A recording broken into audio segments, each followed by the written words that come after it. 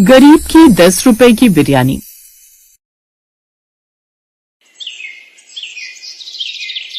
अरे चाचा, एक प्लेट बिरयानी कितने रुपए की है? अरे जाओ जाओ मनोहर, तुम्हारे बस की बात नहीं है बिरयानी खाना। 120 रुपए की प्लेट है, इतने में तो 3-4 दिन का खर्चा चल जाएगा तुम्हारा। बिरयानी वाले की बात सुनकर आसपास खड़े सभी ग्राहक जोर जोर से हंसने लगे। जब ये लोग अभी से मेरा मजाक उड़ा रहे हैं, तो अगर मैंने इनसे उधार बिरयानी मांग ली तो कितना मजाक उड़ाएंगे। नहीं नहीं, रहने दो। मनोहर दुखी होकर अपने घर आया तो देखा उसकी बेटी पायल रो रही थी। अरे ममता, पायल रो क्यों रही हो? क्या उसे पहले से ही पता चल गया कि मैं बिरयानी लेकर नहीं आया हूँ? ये लो, रोने का एक दूसरा कारण भी दे दिया आपने।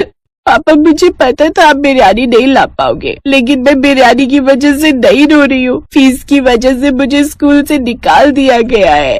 ये सुनकर मनोहर को बहुत दुख हुआ। ममता ने रोटी बनाई और उसके ऊपर नमक डालकर तीनों ने खा लिया। अगले दिन मनोहर फिर काम ढूंढने निकल पड़ा। रास्ते में उसे उसका दोस्त गुड्डू मिल गया। अरे मनोहर भाई, कुछ महीने से बड़े परेशान रहते हो, क्या बात है? अरे क्या बताऊं यार गुड्डू, पिछले कुछ महीनों से मेरा काम ही नहीं चल रहा। मेरा तो अब नौकरी करने का मन ही नहीं करता। मैं तो कल शहर जा रहा हूँ। गुड्डू, अगर मेरे लायक भी कोई काम हो तो मैं भी तुम्हारे साथ चलता हूँ। यहीं बैठे बैठे पहले काम ढूंढने की सोचेंगे तो हम कभी शहर नहीं जा पाएंगे। वहीं चलते हैं, कहीं ना कहीं काम मिल ही जाएगा। यहाँ गाँव से तो अच्छा ही है। इस बार मनोहर ने अपनी पत्नी और बेटी को बताया और अगले ही दिन वो गुड्डू के साथ शहर निकल गया। गुड्डू और मनोहर किसी अच्छे होटल में पहुँच गए। सेठ जी, आपके होटल में कोई लिखाई पढ़ाई वाला काम है क्या? मैं पढ़ा लिखा हूँ, कोई अच्छा काम हो तो बताइए। हमारी कोई बड़ी कंपनी नहीं है कि मैं तुम्हें कोई लिखा पढ़ी वाला काम दे सकूं। अब मुझे एक सफाई कर्मचारी की जरूरत है, जो सुबह जल्दी उठकर पूरे होटल की सफाई करे, हर घंटे ग्राहकों के जाने के बाद तुरंत सारी टेबल साफ करे और रात में भी पूरी सफाई करके जाए। मैंने आज तक अपने गांव में अपनी भैंसों तक का तो नहलाया नहीं, और यहाँ तुम्हारे होटल में सफाई करूंगा?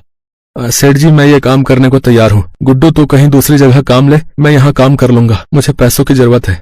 सीखो अपने दोस्त से कुछ, कोई भी काम छोटा बड़ा नहीं होता। जाओ, तुम किसी बड़ी कंपनी में जाओ, वहाँ शायद तुम्हें कोई मैनेजर की पोस्ट मिल जाए। गुड्डू वहाँ से नाराज होकर चला गया। मनोहर उसी दिन से उस होटल में साफ सफाई का काम करने लगा और वहीं होटल के बाहर चादर बिछाकर रात में सो जाता था। फिर एक रोज, मनोहर, मैं तुम्हारे काम से बहुत खुश हूँ। तुम अपना काम बहुत ही सफाई के साथ ईमानदारी से करते हो। आज हमारे होटल में 50 किलो बिरयानी का ऑर्डर मिला है, इसलिए तुम जरा किचन में जाकर हमारे शेफ की मदद कर दो। वो जो भी कहे करते जाना। ठीक है सेठ जी। मनोहर किचन में जाकर शेफ की मदद करने लगा। मनोहर, ऐसा करो, सबसे पहले ये जितना भी चिकन है ना, इसको अच्छे से गर्म पानी से धो लो। उसके बाद चावल भी धो लेना, ठीक है? बाकी का काम मैं तुम्हें बाद में बता रहा हूँ, ठीक है? ठीक है। तो इस तरह मनोहर उनके साथ मिलकर बिरयानी बनाने लगा। शाम तक 50 किलो बिरयानी बनकर तैयार हो गई। शेफ को मनोहर का काम बहुत पसंद आया। अगले दिन उसने सेठ जी से मनोहर की तारीफ भी कर दी। सेठ जी, मनोहर तो हेल्पर का अकेले ही उतना काम कर देता है जितने मेरे 5 हेल्पर नहीं कर पाते। आप साफ सफाई का काम किसी और को दे दीजिए, मनोहर को मेरा हेल्पर बना दीजिए। क्या बात है मनोहर, शेफ तुम्हारी खुद तारीफ कर रहे हैं। ठीक है, आज से तुम्हारी पगार भी डबल हो जाएगी और तुम अब हेल्पर के रूप में काम करोगे। आप लोगों का बहुत बहुत धन्यवाद। अब मनोहर शेफ के साथ मिलकर काम करने लगा। धीरे धीरे वो भी बहुत अलग अलग तरीके की बिरयानी बनाना सीख गया। कुछ महीनों बाद ढेर सारे पैसे इकट्ठे करके और बिरयानी बनाने की कला सीखकर वो अपने गांव वापस लौटा। पायल और ममता बहुत खुश हुए। पायल, कल से तुम्हारा स्कूल शुरू हो जाएगा। और ममता, शहर से मैं अलग अलग तरीके की बिरयानी बनाना सीख कर आया हूँ। अब मैं यहीं पर बिरयानी बेचूंगा, क्योंकि हमारे गांव में लोगों को बिरयानी बहुत पसंद है। शाम होते ही चचा के पास चले जाते हैं। जो पैसे मनोहर कमा कर लाया था, सबसे पहले उनमें से उसने पायल की फीस जमा की। फिर अगले दिन बिरयानी बनाने का सारा सामान लेकर और अगले ही दिन से उसने बिरयानी का ठेला लगाना शुरू कर दिया। सुबह से शाम हो गई, लेकिन कोई उसके ठेले पर बिरयानी खाने नहीं आया, जबकि सामने वाले ठेले पर बहुत भीड़ लगी हुई थी। तभी उसने एक चाचा को बुलाया। अरे चाचा, इधर आओ जरा, मैं भी बिरयानी बेच रहा हूँ। अरे कुछ लोग मेरी भी बिरयानी खाकर देखिए। अरे मनोहर, वो कई सालों से बिरयानी बेच रहा है, लोगों को लत पड़ गई है उसकी बिरयानी खाने की। अरे कम से कम एक बार लोगों को मेरी बिरयानी खाकर तो देखनी चाहिए। वो 120 रुपए की प्लेट देता है, मैं 100 रुपए की दे दूंगा। अरे तुम्हें यहाँ हर कोई जानता है कि तुम मजदूरी करते थे, इसलिए सबको पता है तुम्हारे हाथों में वो स्वाद होगा ही नहीं। 10-20 के चक्कर में कोई अपना स्वाद नहीं खराब करेगा। मुझे जाने दो भैया। ऐसे कई दिन बीत गए, लेकिन कोई उसकी दुकान पर बिरयानी खाने नहीं आता था। हर रोज उसकी बिरयानी बर्बाद हो जाती थी। एक रात उसने गुस्से में अपनी पत्नी से कहा, ये गांव वाले सिर्फ एक बार मेरे हाथ की बिरयानी खा लें तो दोबारा उसके पास जाएंगे नहीं, पर कोई मेरी बिरयानी खाने को तैयार ही नहीं है। आप बिरयानी उससे कम रेट में बेचो, फिर देखना। अरे मैंने कम रेट में बिरयानी बेचने की कोशिश की, लेकिन लोग कह रहे हैं कि 10-20 के चक्कर में अपना स्वाद नहीं खराब करेंगे। अब देखना, मैं बिरयानी इतनी सस्ती बेचूंगा कि लोगों को आना ही पड़ेगा। वो 120 की देता है, मैं सिर्फ 10 रुपए प्लेट बेचूंगा। इतने कम रेट में आप बिरयानी कैसे बेच पाओगे? इससे ज्यादा तो बिरयानी बनाने में ही खर्च हो जाता है। जो सरकार की तरफ से हमें हर महीने मुफ्त चावल मिलते हैं ना, क्यों ना मैं उन चावलों का इस्तेमाल करके बिरयानी बनाऊं, फिर तो मुझे कोई घाटा नहीं होगा।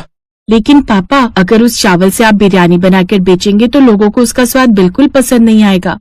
सही कह रही हो बिटिया, तो फिर ऐसा करता हूँ, गजोधर काका के घर जाता हूँ। इस बार उनकी धान की खेती बहुत अच्छी हुई थी, उनसे कुछ उधार धान और चावल ले लेता हूँ, क्योंकि मार्केट से चावल खरीदने जाऊंगा तो महंगे पड़ जाएंगे। मनोहर उसी वक्त गजोधर काका के घर गया, जो कि एक किसान थे। काका, मुझे बस 50 किलो धान दे दीजिए, इस बार मैं भी खेती करना शुरू कर दूंगा और अगली फसल मैं आपको ब्याज सहित वापस कर दूंगा।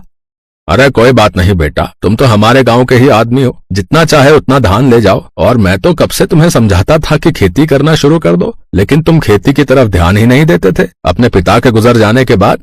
तो गजोधर काका से मनोहर धान ले आया। अब उसके पैसे सिर्फ चिकन लाने में ही खर्च हुए। अब उसने 10 अलग अलग तरह की रंग बिरंगी बिरयानी बनाई और सिर्फ 10 रुपए प्लेट बेचने लगा। आ जाओ गाँव वालों, सिर्फ 10 रुपए में रंग बिरंगी अलग अलग तरह की बिरयानी खा लो, मजा ना आए तो 10 रुपए भी मत देना। उसकी ये बात सुनकर गांव वाले उसके ठेले पर आ गए। अरे मनोहर, 10 रुपए में बिरयानी बेचकर क्यों अपना घाटा करवा रहे हो? और ये इतने प्रकार की बिरयानी बनाना तुम कहाँ से सीख गए भाई? महक तो बहुत अच्छी आ रही है। आप लोगों ने कभी बताने का मौका ही नहीं दिया। मैं 6 महीने के लिए शहर गया था, वहाँ बहुत बड़े होटल में काम करता था, वहीं से ये सब सीख कर आया हूँ। अगर 10 रुपए की बिरयानी में हमें वही स्वाद मिला तो हम तुम्हारी दुकान पर खाया करेंगे। जल्दी से हम सबके लिए एक एक प्लेट लगा दो। इतने दिनों की मेहनत के बाद आज पहली बार उसकी दुकान पर लोग बिरयानी खा रहे थे। सब बिरयानी खाकर अपनी उंगलियां चाटते रह गए। अरे वाह भाई मनोहर, तुम्हारी 10 रुपए की बिरयानी में तो वो स्वाद है जो 120 वाली में भी नहीं। आज के बाद हम तुम्हारी दुकान पर बिरयानी खाने आया करेंगे और मैं आसपास के गांव में भी बता दूंगा। लोग उसकी बिरयानी पसंद भी करने लगे। कुछ ही दिनों बाद आसपास के सभी गांव के लोग उसके पास बिरयानी खाने आने लगे और उसका काम खूब चलने लगा। ममता, अब तो मैं कहीं नौकरी करने की जरूरत नहीं, अब जल्द ही मैं ढाबा भी खोल लूंगा। लेकिन कुछ दिनों बाद लोग कम चिकन की शिकायत करने लगे, तो अब मनोहर 120 वाली चिकन बिरयानी 80 रुपए में बेचने लगा। गांव वालों, मैंने 10 रुपए की बिरयानी से शुरुआत की थी, इसलिए मैं 10 वाली प्लेट बेचना बंद नहीं करूंगा, ताकि जिसके पास ज्यादा पैसे नहीं है वो 10 वाली बिरयानी खा सके। वाह बेटा, अब तो वो लोग भी बिरयानी खा सकेंगे जिन्होंने आज तक बिरयानी नहीं खाई, वो भी सिर्फ 10 रुपए में। 10 रुपए की बिरयानी की शुरुआत करके उसने 1 साल बाद ढाबा भी खोल लिया और खेती किसानी भी करने लगा।